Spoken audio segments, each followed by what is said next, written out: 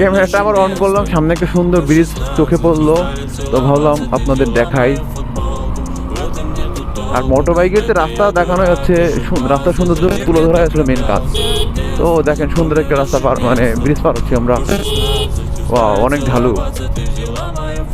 এখানে engine brake ব্যবহার করতে হবে।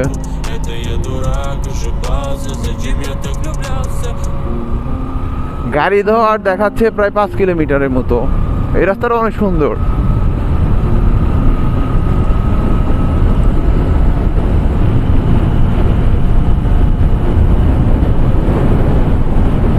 যেখানে আরেকটা ব্রিজ, ব্রিজ না কি কালভার্ট বলে এগুলাকে, অনেক ছোট তো, সম্ভবত কালভার্ট এগুলাকে বলে।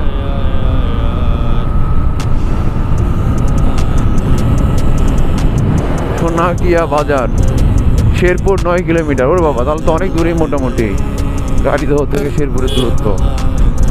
সরি, গাড়ি ধোয়া থাকে না আর কি, আমি যেখানে আছি এখান থেকে আর কি শেরপুরের দূরত্ব। তার মানে বুঝতে পারলাম যে গাড়ি ধোয়া থেকে আপনার যে শেরপুরের দূরত্ব হচ্ছে 4 বা 5 কিলোমিটার হবে। সুন্দর রাস্তা, ভিউ বামে তো বাড়ি পার হলাম।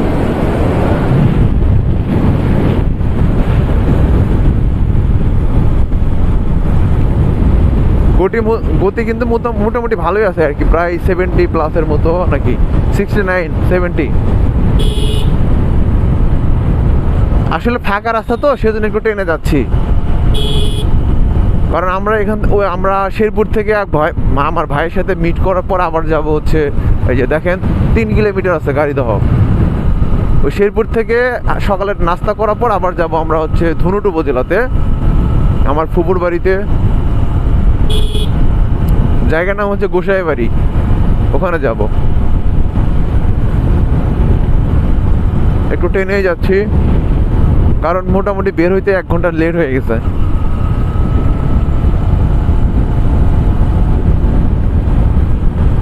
ভালোই লাগছে সকালবেলা, তবে আরো সকালে আসলে আরো ভালো লাগতো। সুন্দর, মানে তখন হয়তো বা সূর্য মাত্র উঠলো, এরকম একটা ফিল। তো ব্যাগে করে সাথে করে মানে রেইনকোট নিয়ে নিয়েছি, যদি রাস্তায় বৃষ্টি আসে তখন রেইনকোট পরে নিব।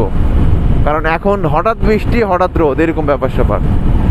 যেমন গতকাল আমি পাহাড়পুর থেকে ঘুরে আসলাম ফ্যামিলি সহকারে, যাওয়ার সময় দেখলাম সেই রোদ, কিন্তু ওই পাহাড়পুরের কাছে যাওয়ার পরে দেখলাম যে হচ্ছে আপনার সেই বৃষ্টি।